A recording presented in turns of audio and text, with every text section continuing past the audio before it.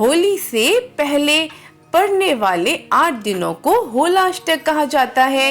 ये फाल्गुन मास के शुक्ल पक्ष की अष्टमी तिथि से लेकर पूर्णिमा तक चलते हैं। इस दौरान कई धार्मिक परंपराएं निभाई जाती हैं और कई प्रकार की सावधानियों का पालन भी किया जाता है। होला अष्टक का संबंध भक्त प्रहलाद, हिरण्यकश्यप और होलिका से जुड़ी पौराणिक कथाओं से है। इस समय को अशुभ अवधि माना जाता है, इसलिए इन 8 दिनों में शुभ कार्य, विवाह, गृह प्रवेश, मुंडन, नामकरण, यज्ञ, पवित्र संस्कार आदि नहीं किए जाते। इस समय भक्ति, ध्यान, तपस्या, दान, पुण्य और भगवान विष्णु की पूजा करने का विशेष महत्व होता है। तो चलिए होला अष्टक की पौराणिक कथा को जानते हैं। प्राचीन काल में एक असुर राजा हिरण्यकश्यप था, जिसने कठोर तपस्या कर भगवान ब्रह्मा से अमरता का वरदान प्राप्त किया था।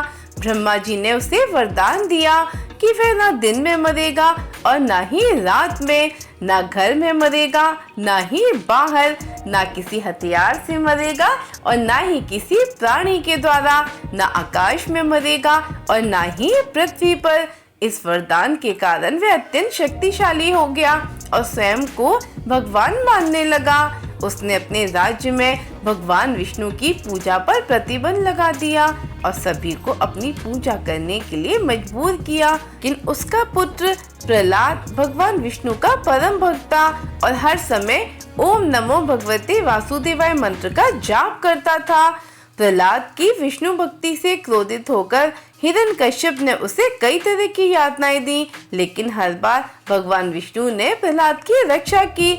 जब हिरण्यकश्यप ने देखा कि उसकी कोई भी योजना सफल नहीं हो रही है, तो उसने अपनी बहन होलिका को एक योजना सौंपी। होलिका को अग्नि में ना जलने का वरदान प्राप्त था। वह प्रहलाद को अपनी गोद में लेकर अग्नि में बैठ गई ताकि प्रहलाद जल जाए, लेकिन भगवान विष्णु की कृपा से प्रहलाद सुरक्षित बच गया और स्वयं होलिका जलकर राख हो गई। यही घटना होली के पर्व के रूप में मनाई जाती है। होली से 8 दिन पहले भक्त प्रहलाद को कई तरह की यातनाएं दी गई थी। इन्हीं 8 दिनों को होला अष्टक के रूप में मनाया जाता है। तो होला अष्टक के दौरान हमें क्या करना चाहिए? हमें भगवान विष्णु और नारायण की आराधना करनी चाहिए। ओम नमो भगवते वासुदेव का पाठ करना चाहिए। इस समय व्रत रखने और सात्विक भोजन करने से मानसिक शुद्धि होती है। विशेषकर अष्टमी, नवमी और एकादशी को व्रत करने का विशेष महत्व है। कहते हैं ब्राह्मणों, गरीबों और जरूरतमंदों को अन्न, वस्त्र, गुड़, तिल, आंवला और गाय का चारा दान करना बहुत शुभ होता है। गाय, कुत्ते, पक्षियों और अन्य जीवों को भोजन भी कराना चाहिए। होली जलाने से पहले गाय के गोबर से होलिका बनाकर उनकी पूजा करनी चाहिए। इस समय सात्विक आहार लें, मांसाहार और तामसिक भोजन से बचें। इस दौरान मंत्र जप, रामायण पाठ, श्रीमद् भागवत कथा और हवन करना बहुत ही शुभ माना जाता है।